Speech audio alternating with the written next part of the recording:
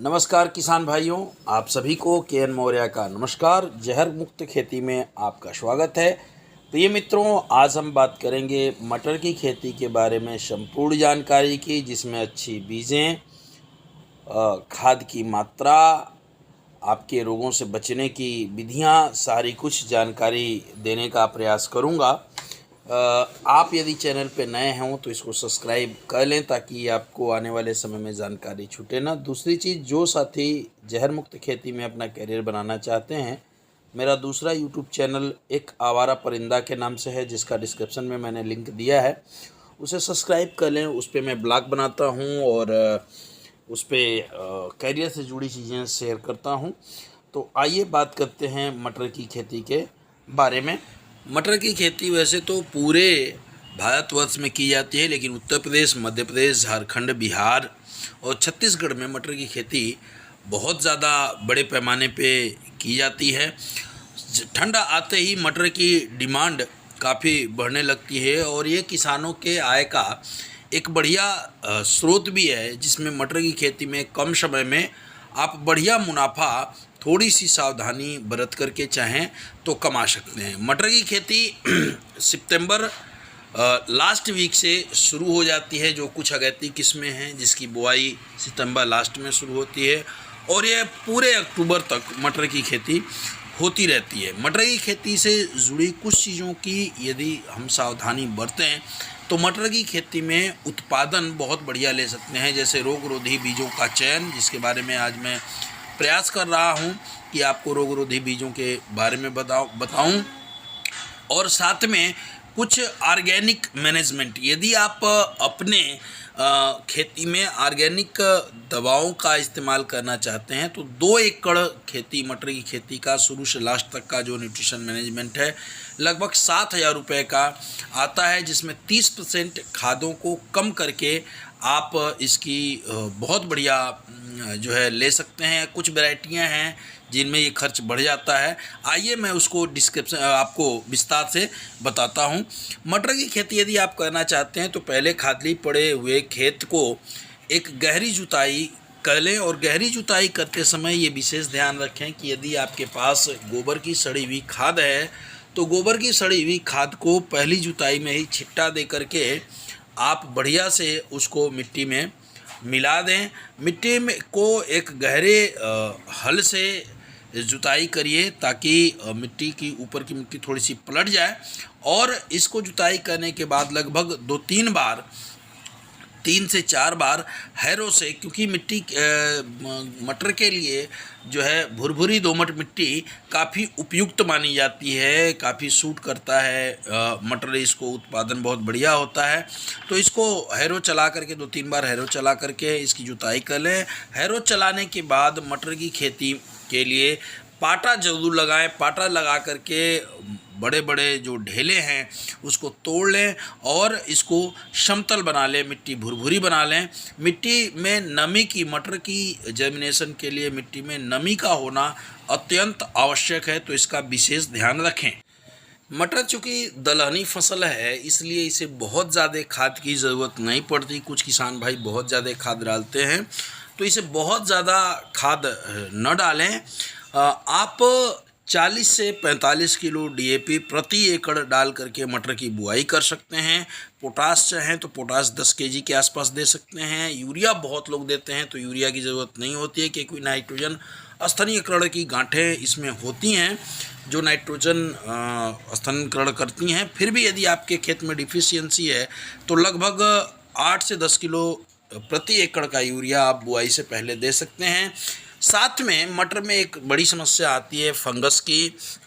आपने देखा होगा कि मटर जब फ्लावरिंग कंडीशन पे जाती है तो पौधा सूखने लगता है, जिसे आप उकठा रोग कहते हैं।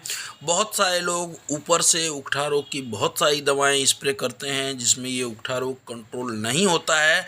तो उसके लिए किसान भाइयों, हमें अपने ज़मीन को ही शोधित करना है।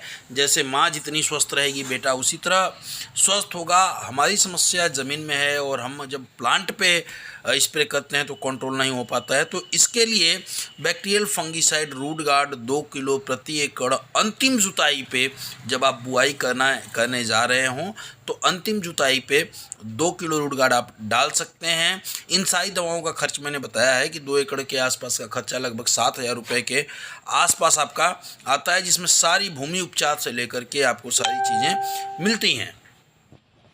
अब बात करते हैं बीजों के बारे में। तो जो सितंबर अभी चल रहा है, तो सितंबर लास्ट से लेकर के 15 अक्टूबर तक जो बीज लगते हैं, उसमें जो प्रमुख बीज हैं जो आपको 50 से 60 दिन में तैयार हो जाते हैं और 1 एकड़ में लगभग 40 से 48 कुंतल के आसपास इनका उत्पादन होता है, उसमें है आज़ाद 3, काशी नंदिनी, काशी मुक्ति, काशी उदय जो है इसमें बहुत ही बढ़िया वैरायटी है और इसको आप लगा सकते हैं। काशी अगैती भी एक वैरायटी है जो जल्दी लगती है। 1 एकड़ में जो जल्दी पकने और शीघ्र पकने वाली किस्में हैं उसमें 40 से 45 किलो आपको बीज लगते हैं, और जो मध्य और देर से पकने वाली जो वैरायटियां हैं उसमें 32 से 35 किलो प्रति एकड़ का बीज लगता है। बीज बोने से पहले आप ये तय कर लें, ये तो मैंने आपको बताया 15 अक्टूबर तक। अब उसके बाद की कुछ बीजें बताऊंगा कि उसके बाद की जो प्रमुख बीज है उसमें PSM 3, AP3, BL5 और G10 है। ये सभी काफ़ी प्रचलित वैरायटियां हैं। PSM 3 और AP3 को आप पहले सप्ताह के बाद लगाना शुरू करेंगे। 15 अक्टूबर से ये वैरायटियां अधिकतर किसान लगाते हैं। ये PSM 3 और AP3 तो रोग रोधी और अर्ली वैरायटी हैं। इनका बुआई करते हैं और इसके बाद आप गेहूं लेना चाहते हैं तो इनको बोने के बाद आप गेहूं की खेती भी कर सकते हैं। G10 जो है वो थोड़ी लेट वैरायटी है। G10 का उत्पादन ज़्यादा है, बाकी इनका जो PSM 3 और AP3 का है ये 40 कुंटल के आसपास उत्पादन देती हैं प्रति एकड़ से। G10 जो है 60 कुंटल के तक उत्पादन देता है। G10 में फंगस जरूर आता है, बिल्कुल ये तय होता है कि फंगीसाइड का स्प्रे आपको 2-3 बार करना पड़ेगा G10 में, जबकि AP3 और PSM 3 में फंगीसाइड की आवश्यकता अधिकतर नहीं के बराबर पड़ती है, लेकिन उत्पादन इनका G10 से थोड़ा कम है। G10 थोड़ा लेट वैरायटी है और ये PSM 3 और AP3 अर्ली वैरायटी में आती हैं। अब बात करते हैं बुआई की। तो बुआई से पहले आपको मैं सजेस्ट करूंगा कि बीज का शोधन करना बिल्कुल ना भूलें।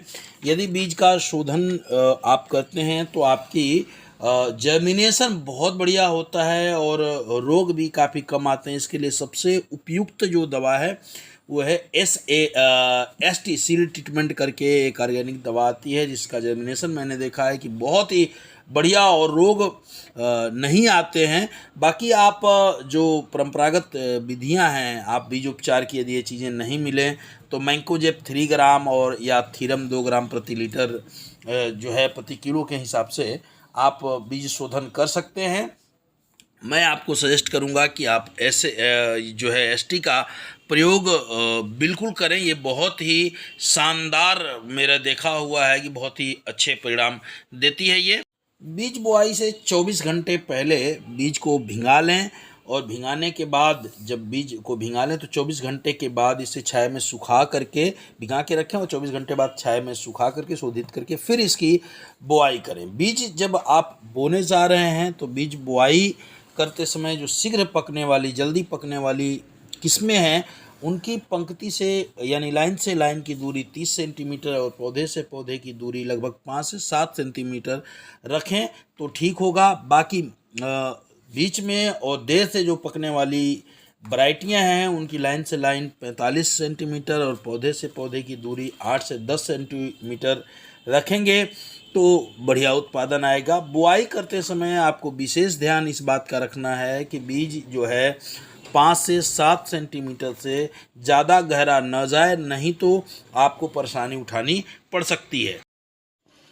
इसके अलावा नमी का ख्याल आप बुआई करते समय नमी का विशेष ध्यान रखें। साथ में बहुत सारे किसानों को मटर की खेती में पानी की जो है सिंचाई की ज़रूरत पड़ती है, तो एक दाना फूल आने से पहले थोड़ा सा पहले एक हल्की सिंचाई करें और एक जब फलियां बनने लगती हैं तब एक हल्की सिंचाई करें। सिंचाई करते समय ध्यान दें मटर की खेती में पानी बिल्कुल नहीं लगना चाहिए, नहीं तो ये आपको सूख जाएगा, उत्पादन आपका प्रभावित हो सकता है। फ्लावरिंग कंडीशन के लिए जो 2-3 चीज़ें हैं, जैसे पहला फसल आप लेना चाहते हैं, फ्लावरिंग आ रही है उस समय ब्लूम और नाइट्रोकिंग का स्प्रे करें SA-90 के साथ। और जब दाने बन जाएं, उसमें दाने पकने शुरू करें, तब दाने गोटाने शुरू करें, तब ब्लूम और नाइट्रोकिंग का दूसरा स्प्रे यदि करते हैं तो दाने बड़े, एक तो फलियां लंबी लंबी होंगी, दाने ज़्यादा आएंगे, वज़न ज़्यादा होगा, जिससे आप मार्केट में इसका ज़्यादा पैसा इससे ले सकते हैं। और भी कोई यदि दिक्कत होती है तो स्क्रीन पर मैंने अपना नंबर दे रखा है, इस पे आप हमें 8 बजे सुबह से लेकर 8 बजे शाम तक फ़ोन कर सकते हैं। कोई भी सुविधा होगी मैं प्रयास करूंगा कि आपको ये चीज़ें आसानी से। हमने ऑर्गेनिक दवाओं का एक पैक बना रखा है। मैंने बताया कि 2 एकड़ की खेती यदि आप PSM-3 और AP-3 करते हैं तो लगभग 7,000, और G10 करते हैं तो लगभग 10,000 2 एकड़ की खेती का खर्चा आता है। उसमें आप जब एक कंपनी के अकाउंट में पैसे डालते हैं तो जो कोरियर चार्ज होगा वो आपका होगा, क्योंकि ये दवाएं होलसेल रेट पे होंगी। कोई दिक्कत होगी आप हमें फ़ोन कर सकते हैं। ये किसान भाइयों, यह जानकारी कैसी लगी, यह वीडियो कैसी लगी, कमेंट बॉक्स में ज़रूर कमेंट करके हमें बताएं, ताकि मैं और भी अच्छी जानकारी आपको दे सकूं। धन्यवाद।